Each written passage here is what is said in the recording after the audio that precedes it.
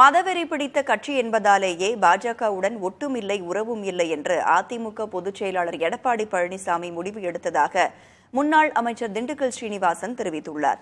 திண்டுக்கல்லில் நடைபெற்ற வேட்பாளர் அறிமுக கூட்டத்தில் பேசிய அவர் இவ்வாறு கூறினார்.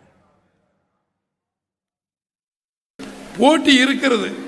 ஒன்று யார் இரண்டாவது இடத்தில் வருவது என்று சொல்லி பிஜேபிக்கும் திமுகவுக்கும் நடக்கிறதுல அவங்க யார் வெற்றி பெறாங்கன்னு பார்த்துக்கலாம்.